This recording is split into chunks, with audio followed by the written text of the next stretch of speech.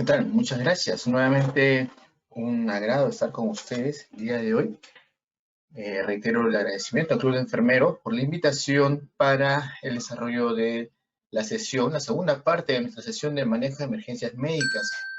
Ayer tuvimos el avance de los tópicos de enfermería en el prehospitalario. Hablamos bastante sobre evento masivo, hablamos acerca del triaje STAR, mencionamos que hay otro triaje que era el triaje SHORT, ¿no? Pero que más utilizado era el triaje STAR. Mencionamos acerca de la identificación pronta y rápida de las víctimas en color verde. Mencionamos que el segundo factor era identificar a los de color negro.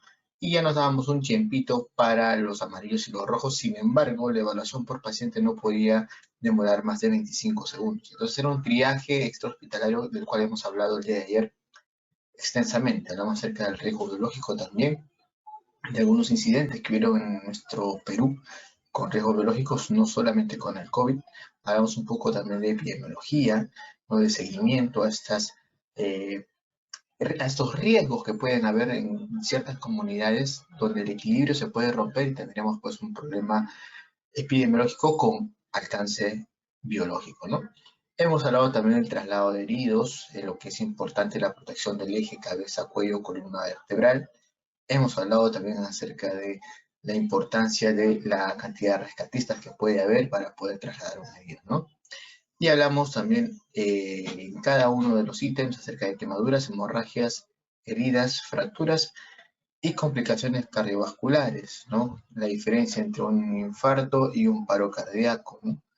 Hablamos también acerca de qué medidas nuevas se están adoptando para la atención de ellos y la importancia pues, de un triaje, que también hoy ya vamos a ahondar, donde encontramos un paciente con un dolor torácico tipo opresivo punzante, ¿no? El día de hoy hablaremos de enfermería en el hospitalario, hablaremos del otro triaje que hay, ya no en el prehospitalario, sino dentro de nuestra clínica, del hospital, ¿no? El aseguramiento de la vía aérea, en qué pacientes debe darse, qué pasa con un paciente inconsciente, la revisión de dispositivos y accesos, el coche de paro, la monitorización hemodinámica. Y finalmente hablaremos de situaciones especiales en el ámbito clínico, del personal, de las condiciones estructurales y de los recursos, ¿no? Y para iniciar la segunda sesión, volvemos y repetimos lo que aprendimos en la primera. No hay mayor riesgo para una víctima que ser atendido por una persona empeñosa pero ignorante. Y acá pues no existen personas que se queden solamente con lo que saben, sino siempre tratan de aprender un poco más, y es por ello que el Club de Enfermeros le da facilidades pues, para que se puedan actualizar o reforzar esos conocimientos previos que ya han venido desarrollando todo este tiempo. Muy bien, entonces hoy hablaremos acerca de la parte clínica. Y como todo emergencista, uno se pregunta, voy a ingresar a un trabajo, voy a ingresar a un hospital, es nuevo, una clínica es nueva, cuenta con la capacidad resolutiva o cuenta con el nivel de asistencia que yo le voy a dar como profesional. Usted ya tiene una gama de conocimientos, pero esos conocimientos son poco útiles para el paciente si no tenemos los recursos adecuados, como la disposición de oxígeno, si es oxígeno secuestrado, si es oxígeno en balones, frente a una emergencia, cómo se distribuye el oxígeno, se va la luz, hay un sismo, se rompe el flujo del oxígeno, de repente la central de oxígeno donde se manipula todo y se distribuye toda la clínica deja de operar, cuántos balones de oxígeno llenos tengo en mi servicio. Entonces son detalles muy importantes, sobre todo en emergencia, ¿no? Que dicho sea de paso, el equipo de emergencia es el que al final tiene más cantidad de integrantes de los comités de emergencias del hospital, ¿no? Los hospitales y las clínicas forman una brigada de emergencia, de comisión que van revisando toda la clínica o el hospital en caso de sismo o algún desastre. Entonces ellos deben velar por eso, ¿no? Por la cantidad sobre todo de oxígeno, ¿no? El tipo de camilla que tengo, ¿no? ¿Es una camilla o solamente es un pedazo de madera con 4 rueditas? ¿No? El ventilador, si ventilador portátil, mi coche de paro, tengo un real coche de paro, o sea, un real coche de paro, ¿no? con todos sus implementos, con lo que corresponde dentro y fuera del mismo coche. Mis aspiradores son aspiradores confiables, están correctamente estériles, tengo suficiente disponibilidad de recursos como para cambiar esas tubuladoras y evitar infecciones cruzadas. Emergencia es pues la cuna por la demanda de pacientes de las infecciones cruzadas que tienen los pacientes, ¿no? La demanda, el uso, la confusión, sobre todo en la parte pública, no podremos negar, pues tanta cantidad de pacientes se comparten a veces algunos dispositivos que no debería ser. No compartir con las mismas instrucciones, ¿no? Lo comparten, pero el dispositivo cambian el frasquito, cambian la tubuladora, pero ¿quién nos asegura que todo esté correctamente estéril? ¿Cómo hacemos un test rápido, una emergencia para saber que al paciente le voy a aspirar y que ese aspirador es de confianza para él? ¿Cómo guardo las sondas? ¿Cómo guardo la tubuladora? Tengo pacientes que están alrededor que pueden contaminar. Un monitor desfibrilador. Ya le han hecho su operatividad. ¿Cuántas clínicas tienen el monitor de desfibrilador operativos al 100%? Al 100%, ¿no? Que, bueno, la paleta para pediátricos no está, pero no es necesario porque estamos en adultos. Solo descargas a 240 joules. Ya el de mantenimiento nos ha dicho que solamente sin conectarse está a 3 horas que dura la carga. Entonces, realmente, a pesar de que pueda funcionar, no significa que esté al 100% operativo si es que las condiciones reales por las cuales ha sido fabricado el dispositivo no está cumpliendo, ¿no? Ahí tenemos, por ejemplo, los Mindray, que son unos desfibriladores, tienen monitores de calidad, pero hay otros de mucho mejor calidad, ¿no? Obviamente de mano extranjera, ¿no? Lamentablemente ellos tienen un avance a diferencia de Perú, y pues que te permiten modificar los parámetros o dar una lectura más específica, ¿no? Y finalmente, pues los anexos, es importante. Miren que todos los dispositivos, salvo el anexo, todos son de asistencia directa con el paciente. La cama, el coche, el desfibrilador, el ventilador, el aspirador. Y el anexo también es importante en un shock trauma. Con el anexo uno puede determinar también el flujo y la respuesta rápida para interconsultas, para coordinación con rayos X, para coordinación con ecografía, ¿no? Para coordinación de referencias, ¿no? Imagínense no tener un anexo correcto, no saber los números del anexo, no tiene que estar pegado cerca a tu anexo los números que son de uso frecuente en unidades shock trauma. Entonces, como hemos dado un repaso rápido, la pregunta es, ¿está lista mi shock trauma? ¿Cuenta con todo eso? ¿Tiene la posibilidad de dominarse así? ¿Que se llame shock trauma o solamente es un cubículo, un cuarto más de emergencia? Y no estoy contabilizando ahí el espacio que debe tener entre cama y cama. Hay hospitales que su shock trauma en un espacio de 5 metros por 5 metros colocan 2 camas y dicen que tienen 2 unidades de shock trauma, y en ese espacio, no respetando la normativa, físicamente hay 2 shock traumas, pero operativamente el espacio solamente corresponde a uno, ¿no? La iluminación, ¿qué tal es la iluminación? Esa lámpara es una lámpara que ilumina bien o ilumina media cañita, está, bueno, al menos se puede ver, ¿no? ¿Cómo está la desinfección? ¿Cómo son las paredes? ¿Son fáciles de desinfectar? ¿Es una pared común y corriente que está pintada? ¿Son acrílicos? Que nunca va a dejar de moverse. Siempre va a haber ingreso y salida de pacientes de su unidad. Quisiéramos grandemente que todas las salidas de shock trauma fueran una alegría, y a veces no es así.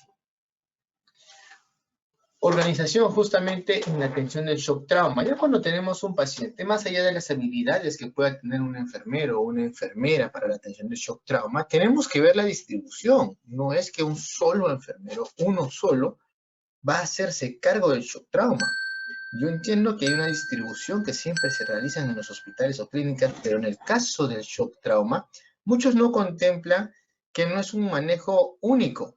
También existe a veces pues la soberbia del profesional, yo solito me encargo de esto, no necesito a nadie más, pero no se trata de ser una persona competente para solucionarlo, sino se trata de que haya otro punto de vista, otro par de ojos, otro par de manos que puedan cuidar por detrás lo que se le está olvidando al primer colega, ¿no? Cierto es de que en shock trauma la cantidad de enfermeros que deben ingresar mínimo para tener un paciente mínimo deberían ser 3. Y en algunas instituciones son hasta 5, pero mínimo deberían ser 3, ¿no? La responsabilidad viene de la siguiente forma. El primer enfermero, el que recepciona, obviamente se encarga de la valoración y mantenimiento de signos vitales, es decir, coloca, monitoriza los electrodos, va verificando el patrón respiratorio, tiene a la mano los recursos que sabe que el médico le va a ir pidiendo y puede ingresar inclusive a asistir en RCP. El segundo enfermero que está ingresando es el enfermero que vigila fluidos y vía aérea, ¿no? Asiste en primer lugar si necesita con la vía aérea, como vamos a ver, y si la vía aérea está permeable, entonces mientras la otra enfermera ya está haciendo los procedimientos de monitorización, el segundo enfermero puede buscar alternamente una vía de acceso, porque en shock trauma no se necesita una sola vía, se necesitan 2, y hay que ser rápidos con eso, ¿no? Y el paciente está monitorizado, ya está ventilando al menos, o tiene una ventilación con un patrón que podemos manejarlo, ¿no? Está vivo, hay pulso. Entonces, la fluidoterapia también es importantísima. Mientras la primera enfermera puede estar dando un RCP, el segundo enfermero ya puede estar, si no es ventilando, colocando más accesos venosos, viendo la preparación del medicamento, aperturando también el coche de... El tercer enfermero es el enfermero quizás que va a proteger a los dos de la parte legal. Sí, lamentablemente tenemos que ser muy cuidadosos en la parte de la atención, no solamente para hacerla, sino para describirla, para guardarla y para registrarla, ¿ya? La tercera enfermera va a ser como el piloto del barco, el que va a reportar todo en el cuadernito, ¿no? Va a anotar en la historia clínica hora de ingreso, quién nos asiste, qué medicamentos está indicando en ese momento, ¿no? Como si fuese una bitácora, esa palabra me estaba olvidando, una bitácora.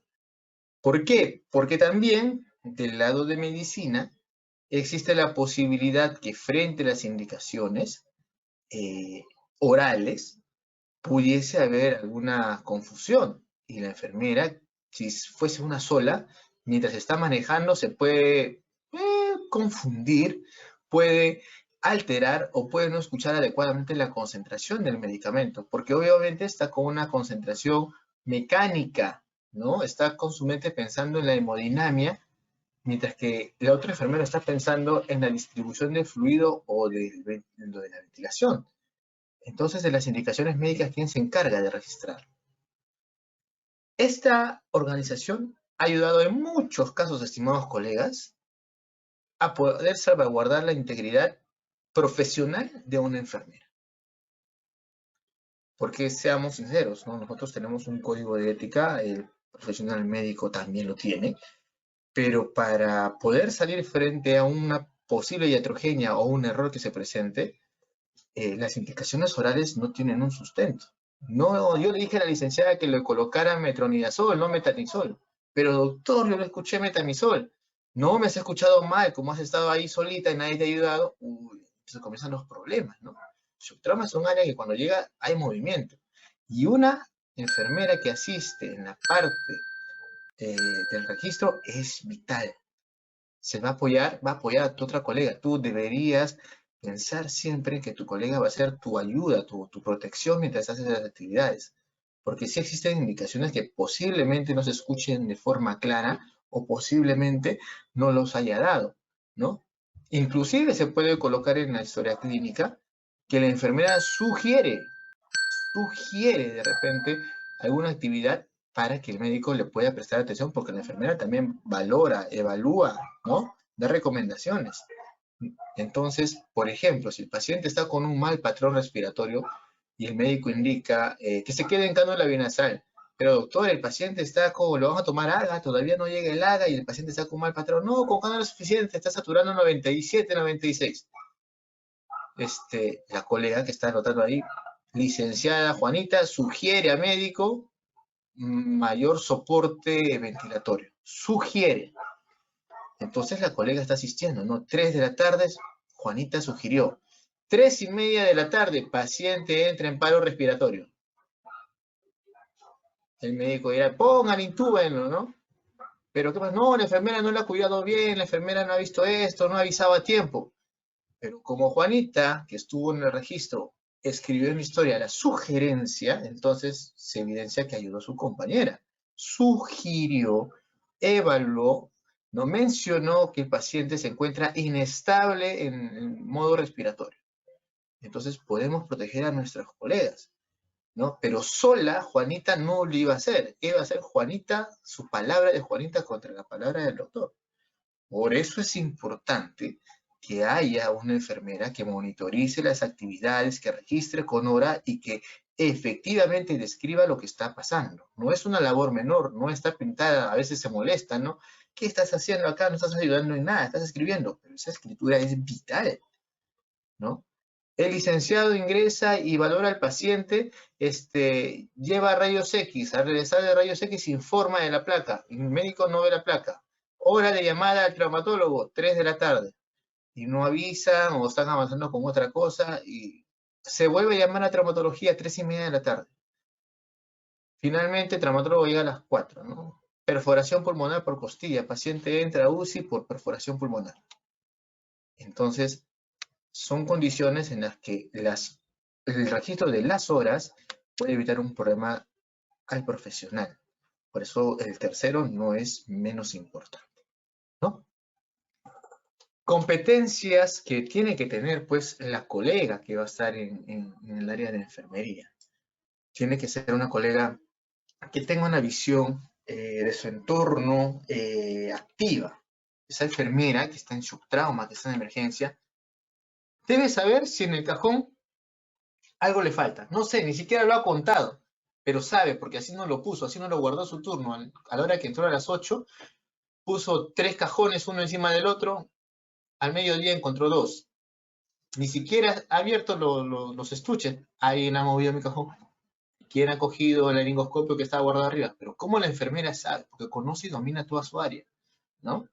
Increíble, licenciada, así, el médico lo llevó, quería cambiarle de pilas, el licenciado estuvo jugando, qué sé yo. Pero la enfermera con una mirada nada más ya sabe dónde deja sus cosas, ¿no? Es la ama y dueña del servicio. Entonces debe tener ese empoderamiento, esa competencia así como en casita, pues básicamente más las damas que las mujeres, conocen hasta dónde está la cuchara, ¿no? Cuando le pregunta el esposo, ¿no? ¿Dónde dejé esto? Ahí donde lo dejaste la última vez, allí debe estar, ¿no? En esa misma condición debe empoderarse su servicio, ¿no? Cuando una enfermera le dice a otra, ¿no? Colega, no hay esponja para baño del paciente. Uy, colega, está desactualizada, eso no hay hace como 6 días. Y la colega ya sabe, inclusive hace cuánto tiempo de su última guardia no está esos recursos. No es asistir por asistir al servicio de shock trauma, sino es valorar todo tu entorno, con qué cuentas, si está actualizado o no está actualizado, si faltan recursos, qué recursos faltan, qué recursos nuevos están ingresando a tu servicio, ¿no? Son tus competencias técnicas, el valorar el hecho de que tu servicio es tuyo y tiene que estar adaptado para la llegada de cualquier paciente que puede ser un familiar tuyo. Las competencias básicas que tienen que ver con tu adiestramiento, tu capacitación, lo mínimo pues que a veces nosotros queremos afrontar pero desconocemos, pero ahí estamos queriendo dar un apoyo porque sabemos que es necesario, como en COVID, ¿no? Cuando comenzó COVID no todos sabíamos efectivamente cómo manejar una emergencia respiratoria, pero sabías que saturar era importante, sabías que tenías que tomar una placa y sabías que había que tomarle un examen de gases arteriales, de AGA. Entonces, tus competencias básicas son tus conocimientos que luego puedes ir mejorándolos, pero que sabes y estás segura de que es necesario para el paciente que en ese momento está cursando cierta patología. Las competencias genéricas son aquellas que son más institucionales y de flujo, son más del comportamiento y la conducta dentro del equipo de trabajo, ¿ya? Cómo saber quiénes están en la unidad de shock trauma, reconocer al personal, tener una comunicación fluida, ¿no? Evitar también conductas a veces con el personal licenciado con mayor tiempo, con el personal médico, que puedan hacer sentir a una persona que no es competente. Entonces hay que saber manejar esos flujos, el tema de los recursos, de la coordinación con tu jefe inmediato, ya son desenvolvimientos que poco a poco, mientras se va adaptando a un nuevo servicio, van a ir empoderándose. Y los valores éticos, ¿no? Hace poco llevaba una capacitación ética con un grupo de médicos, ¿no? Y una de las, de las características que, bueno, yo saludaba, no lo sentí como una ofensa al personal de enfermería, es que se sentían ellos, los médicos sienten a veces que queremos perjudicarlos, ¿no? Porque somos muy, dijeron, muy tiraderos. Y no es que seamos tiraderos, como le dije a un médico en esa oportunidad. Se trata de que nosotros buscamos el bienestar para el paciente y si consideramos bajo nuestra observación, nuestra sugerencia de que hay una demora en la atención o hay una inadecuada atención, pues se tiene que registrar porque yo sé que mañana más adelante va a haber un problema con ese paciente, me van a llamar a mí, me van a decir, ¿por qué tú no lo comentaste?